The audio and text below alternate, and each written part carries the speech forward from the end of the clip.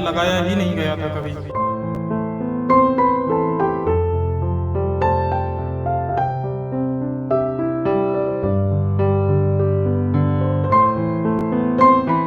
बैसाखियों के सहारे चल रहे इस युवक का नाम कौशलेंद्र है, जो अपनी 1 साल की बेटी और पत्नी के साथ रहता है। लेकिन इन दिनों कौशलेंद्र अपना और अपने परिवार का पेट पालने के लिए दर दर की ठोकरें खा रहा है। दरअसल कौशलेंद्र हरियाणा रोडवेज में बतौर अनाउंसर की नौकरी पर तैनात था, लेकिन अब उसे अचानक ही नौकरी से हटा दिया गया है, जिससे कि वो बेहद परेशान है। वहीं हैरान कर देने वाली बात यह है कि कौशलेंद्र को ये नौकरी हरियाणा के उप मुख्यमंत्री दुष्यंत चौटाला के आदेशों के बाद मिली थी।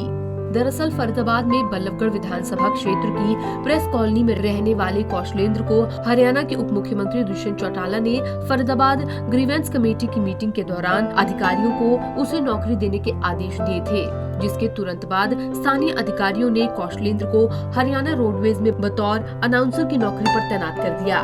दुष्यंत चौटाला के आदेश के बाद डीसी रेट पर हरियाणा रोडवेज में कौशलेंद्र बतौर अनाउंसर काम करने लगा। नौकरी पर लगाने के लिए संबंधित विभाग द्वारा नियुक्ति पत्र भी दिया गया, लेकिन अब लगभग 6 महीने रोडवेज में बतौर अनाउंसर नौकरी करने वाले कौशलेंद्र को ठेकेदार ने हटा दिया है।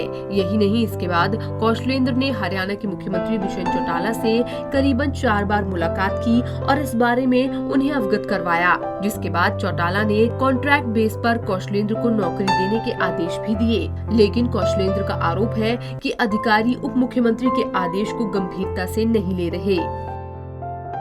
उन्होंने मेरे हिसाब से तो जिस हिसाब से वो बताते हैं, मुझे लगाया ही नहीं गया था कभी।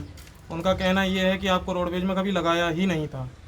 वो ये कहते हैं कि आपको जो है कॉन्ट्रैक्ट बेस पे लगाया गया था, वो केवल मतलब एक तरीके से खाना पूर्ति समझ लीजिए सर, बस ये किया गया था। वो अब जब मैं उनसे बोलता हूँ तो वो कहते हैं कि आप कॉन्ट्रैक्ट पे लगाए गए थे, जरूरी नहीं है रोडवेज में, कहीं भी रख सकते थे आपको, रेलवे स्टेशन में बैठा दें, कहीं हॉस्पिटल में बैठा दें, कॉन्ट्रैक्टर की मर्जी है। बता रहे हैं कि कॉन्ट्रैक्ट का समय खत्म हो गया तो आपकी नौकरी भी खत्म हो गई। दुष्यंत चौटाला से भी आप 2 बार मिले थे सर, क्या रहा? 4 बार। 4 बार मिले थे, उसके बाद क्या रही फिर? वहाँ जाता था तो वो हमेशा यही कहते थे, तुम इतना दूर क्यों आए हो, मैं वहाँ पे ऐसे ही हो जाएगा, आपका टेंशन मत लो, आप जाओ और कल से नौकरी ज्वाइन कर लेना। लगी नहीं फिर भी? नहीं, उन्होंने साफ मना कर दिया। वो ये कहते हैं कि वो तो कह के चले गए, लगाना तो हमें है, हमारे को ऐसा कोई आदेश नहीं आया। चलाऊँ सर, जहाँ तक मैं जा सकता हूँ हर जगह गया हूँ। 3 बार मैं डीजी ऑफिस सेक्टर 17 गया था। फिर उसके बाद में वहाँ से जाने के बाद उन्होंने बोला मेरे से कि आप एक काम करो, ऐसे तो हमारे यहाँ कोई आदेश आया ही नहीं था जिस वक्त आपको लगाया गया है, हमसे परमिशन नहीं ली गई है। जब भी आपको लगाया है तो जीएम साहब ने अपनी तरफ से लगाया है, पर लेकिन आप अगर जो चौटाला साहब से लिखवा के ले आते हैं तो आपको दोबारा फिर से रख लिया जाएगा और अच्छी तरीके से मतलब पूरा वो दिया जाएगा। तो मैं फिर दोबारा गया चौटाला साहब के पास, बशर्ते उन्होंने मेरे को लिख कर भी दिया लेटर पे, उन्होंने साइन करके दिए। मैं लेटर टाइप करवा के लेके गया था, उन्होंने साइन करके दिए मुझे कि इसको लगाया जाए, और मैं डीजी ऑफिस के यहाँ जमा भी करके आया हूँ।